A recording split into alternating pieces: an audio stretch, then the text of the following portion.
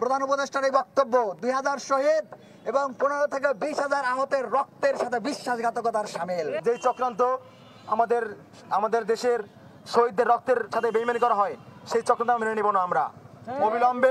অবিলম্বে গণহত্যার দায় মাথায় নিয়ে আওয়ামী লীগকে নিষিদ্ধ করতে হবে। যে যায় লঙ্কায় সেই হয় রাবণ। তিনি এখন আওয়ামী লীগের পুনর্বাসন করতে চাচ্ছেন।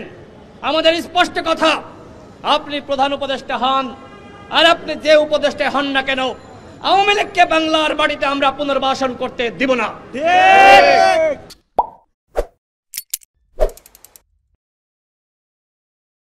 নমস্কার বন্ধুরা, আপনারা দেখছেন পারফেক্ট পলিটিক্স, সাদা বাংলায় রাজনীতির কথা। বন্ধুরা, দিন কয়েক আগে আপনাদের একটি ভিডিওতে বলেছিলাম যে বাংলাদেশের প্রধান উপদেষ্টা মোহাম্মদ ইউনূসের পালানোর সময় মনে হয় চলে এসছে। তাকে যে বাংলাদেশ ছেড়ে পালাতে হবে, বাংলাদেশ যে তার হাত থেকে বেরিয়ে যাবে, সেরকম একটা সময় তৈরি হয়ে গেছে। কেননা আমেরিকান যিনি গোয়েন্দা প্রধান তুলসী গ্যাবার্ড, তিনি কিন্তু সেই ইঙ্গিতটা দিয়ে দিয়েছেন। আর সেই ইঙ্গিতের দিন কয়েকের মধ্যেই বাংলাদেশে নতুন করে উথাল পাথাল পরিস্থিতি তৈরি হয়েছে এবং সেই উথাল পাথাল পরিস্থিতিতে ইউনূসের ঘুঁটি কিন্তু উল্টো পড়তে শুরু করেছে। ইউনূসকে এখন ছাত্র দলের নেতারাই বিশ্বাসঘাতক বলতে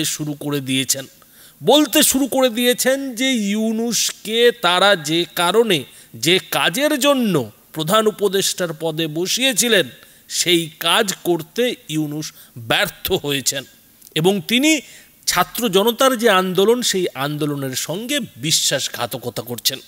তো কি এমন হলো যে ইউনূসের এই পরিস্থিতি তৈরি হয়ে গেল?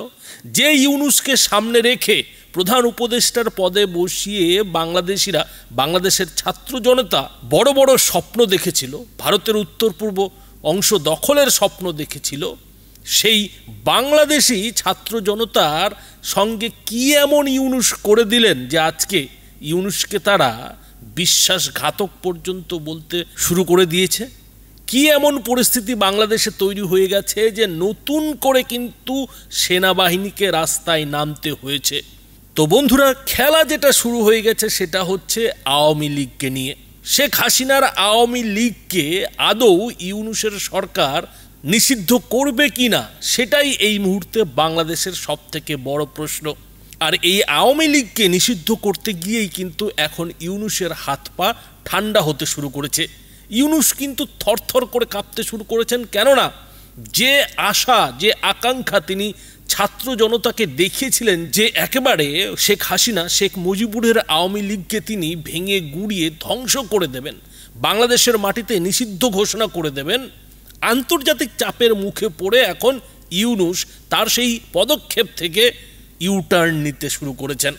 ইউনূস কিন্তু শেষ পর্যন্ত আন্তর্জাতিক ক্রাইসিস ম্যানেজমেন্টের যে প্রতিনিধি দল, সেই দলকে বৃহস্পতিবার মিটিং করে বলতে বাধ্য হয়েছেন যে তিনি আওয়ামী লীগকে নিষিদ্ধ করার কথা ভাবছেন না। হ্যাঁ, তিনি যেটা করতে চান কিংবা তার সরকার যেটা করতে চায় সেটা হচ্ছে যে আওয়ামী লীগের যেসব নেতারা গণহত্যায় অভিযুক্ত তাদের বিচারের ব্যবস্থা করা হবে, কিন্তু আওয়ামী লীগকে নিষিদ্ধ ঘোষণা করার কোনো ইচ্ছা প্রধান উপদেষ্টা হিসেবে মোহাম্মদ ইউনূসের নেই। আর এ কথা মোহাম্মদ ইউনূস নিজেই ইন্টারন্যাশনাল ক্রাইসিস ম্যানেজমেন্ট টিমের কাছে বলেছেন। আর এই খবর বাংলাদেশে চাউর হতেই, মিডিয়ায় খবরটা প্রকাশ্যে আসতেই বাংলাদেশের ছাত্র নেতারা ইউনূসের উপরই খাপ্পা হতে শুরু করেছেন। তারা কিন্তু ইউনূসকেই এবার বিশ্বাসঘাতক বলতে শুরু করেছেন যে ইউনূস এটা কি বলছেন, শেখ হাসিনার আওয়ামী লীগকে নিষিদ্ধ ঘোষণা করা হবে না, এটা কিন্তু সেই 5ই আগস্টের গণ অভ্যুত্থানে উঠে আসা ছাত্র নেতারা মোটেও মেনে নিতে পারছেন না। আর না মেনে নিতে পেরে তারা কিভাবে তাদের প্রিয় পাত্র মোহাম্মদ ইউনূসকেই গালাগাল দিতে শুরু করেছেন, হুমকি হুঁশিয়ারি দিতে শুরু করেছেন, বন্ধুরা শুনুন। আমরা পরিষ্কারভাবে বলতে চাই, মাতৃভূমি অথবা মৃত্যু। 5 আগস্টে 2000 শহীদের রক্তের বিনিময়ে বাংলাদেশের ছাত্র জনতার উপস্থিতিতে আওয়ামী লীগের নিষিদ্ধকরণ হয়ে গেছে। এখন শুধুমাত্র অফিসিয়াল ঘোষণাটা বাকি। আমরা এখনো সেই অপেক্ষায়। কিন্তু যদি কোনোভাবে সেই ঘোষণাটা দেওয়ার বিলম্ব করা হয়, তাহলে আবারও জুলাইয়ের পুনরাবৃত্তি ঘটবে বাংলাদেশে। বাংলাদেশ থেকে আওয়ামী লীগকে হাজারো শহীদের দায় দিয়ে তাদেরকে নিষিদ্ধ ঘোষণা করতে হবে। যদি তা করা না হয় তাহলে আমরা কঠোর কর্মসূচিতে যাব। আগামী 72 ঘন্টার মধ্যে আমরা তার অ্যাকশন দেখতে চাই। অন্তর্বর্তীকালীন সরকারকে বলতে চাই, হাজারো শহীদের রক্তের উপর আপনি দাঁড়িয়ে আছেন, রক্তে নিয়ে কোনো তালবাহানা আপনাদের মেনে নেওয়া হবে না। আমরা পরিষ্কারভাবে বলতে চাই, আওয়ামী লীগকে পতনের মধ্য দিয়ে আমরা আপনাকে অন্তর্বর্তীকালীন সরকারের প্রধান উপদেষ্টা বানিয়েছি, কোনো সুশীলতা দেখাতে নয়। আপনারা যতটা না দেরি করছেন আওয়ামী লীগের বিচার নিশ্চিত করতে, তার চেয়েও তাড়াতাড়ি করছেন আওয়ামী লীগের পুনর্বাসনের জন্য। আমরা পরিষ্কারভাবে বলতে চাই, আওয়ামী লীগের পুনর্বাসনের জন্য আপনাদেরকে বসানো হয় নাই, আওয়ামী লীগের বিচার নিশ্চিত করে আওয়ামী লীগকে নিষিদ্ধ করার জন্য আপনাদেরকে বসানো হয়েছে।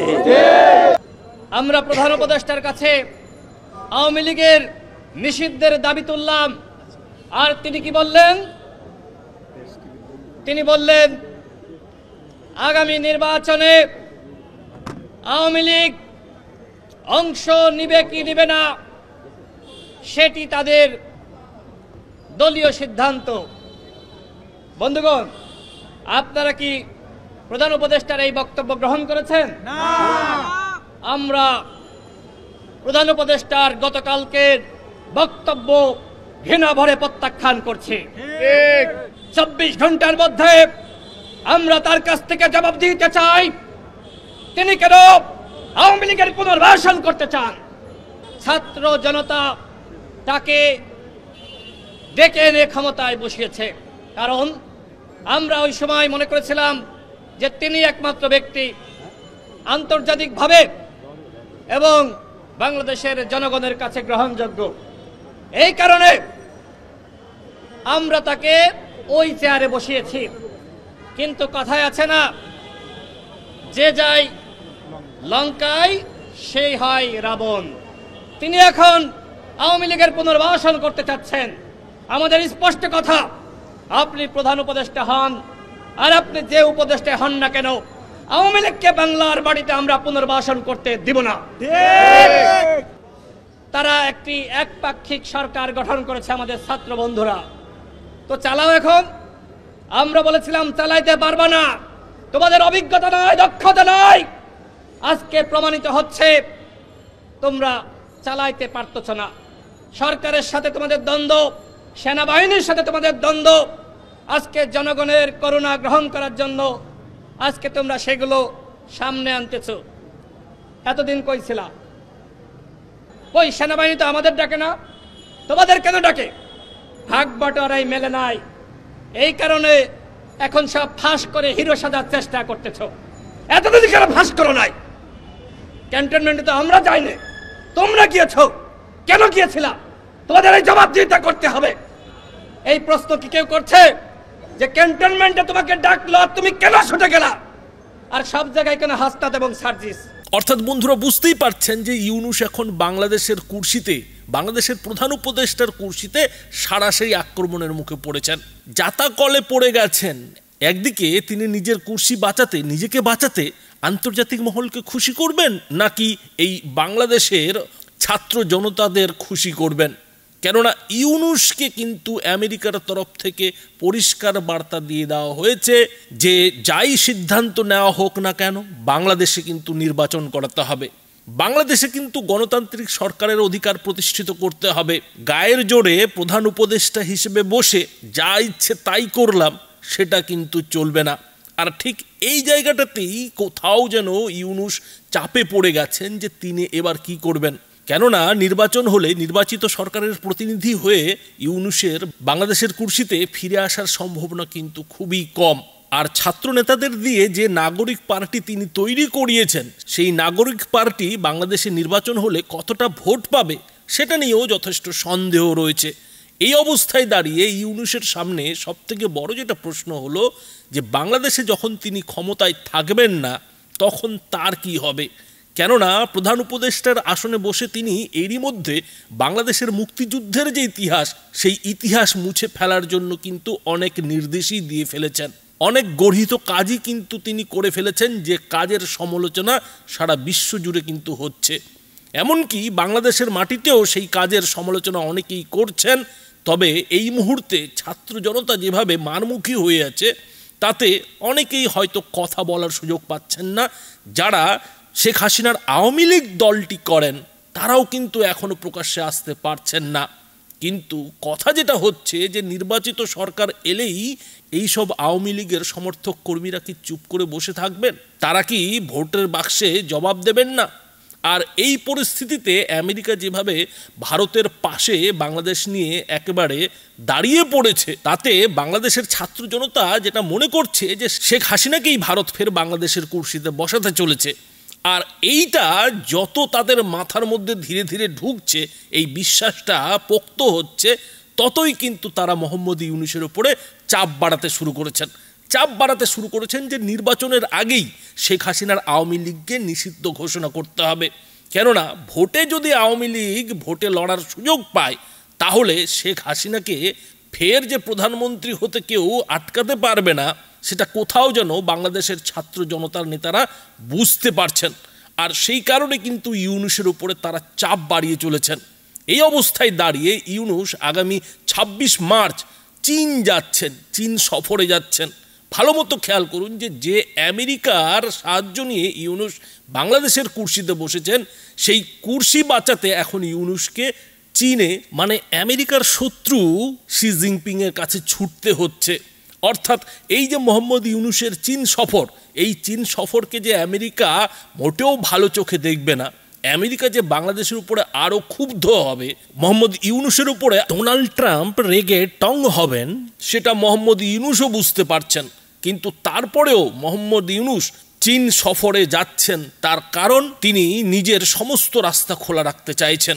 আগামী দিনে বাংলাদেশে সরকার পরিবর্তন হলে যদি সেরকম পরিস্থিতি হয়, সেইরকম পরিস্থিতিতে যদি আমেরিকা কিংবা ইউরোপ তাকে আশ্রয় না দেয়, সেক্ষেত্রে চীন কিংবা তার সহযোগী কোনো দেশ যাতে তার পাশে দাঁড়ায় সেই রাস্তা খুলে রাখার একটা আপ্রাণ চেষ্টা কিন্তু ইউনূস করতে শুরু করে দিয়েছেন। আর এই পরিস্থিতিতে বাংলাদেশের ছাত্র নেতারাও বেশ বুঝতে পারছেন যে ইউনূস তলে তলে কিন্তু ব্যাগ গোছানো শুরু করে দিয়েছে। কোন দেশে গিয়ে তিনি রাজনৈতিক আশ্রয় পেতে পারেন তার কিন্তু তত্ত্ব তদবির করা শুরু করে দিয়েছেন, খোঁজাখুঁজি কিন্তু শুরু করে দিয়েছেন। আর তারপরেই কিন্তু ছাত্র জনতাকে একেবারে নতুন করে বাংলাদেশের রাজপথে নেমে আসতে দেখা যাচ্ছে। তাদের কিন্তু হুমকি হুঁশিয়ারি দিতে দেখা যাচ্ছে যে অবিলম্বে যদি শেখ হাসিনার আওয়ামী লীগকে নিষিদ্ধ ঘোষণা ইউনূস না করেন তাহলে কিন্তু ৭২ ঘন্টা পরেই তারা আবার নতুন করে বাংলাদেশের মাটিতে আন্দোলন শুরু করবেন। নতুন করে কিন্তু রক্তের লড়াই শুরু হবে, রক্ত কিন্তু ঝরবে। সেই হুঁশিয়ারিও কিন্তু এই ছাত্র জনতা নেতাদের দিতে দেখা গেল ইউনূসের বিরুদ্ধে।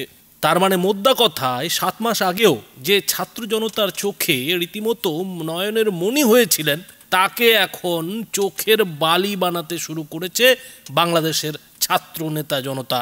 অর্থাৎ তলে তলে যে বড় খেলা শুরু হয়ে গেছে সেটা বন্ধুরা নিশ্চয়ই আপনারা বুঝতে পারছেন। তবে বন্ধুরা, এই নিয়ে আপনারা কি বলবেন? আপনাদের মতামত অবশ্যই এই ভিডিওটির নিচে কমেন্ট বক্সে লিখে জানাবেন। ধন্যবাদ।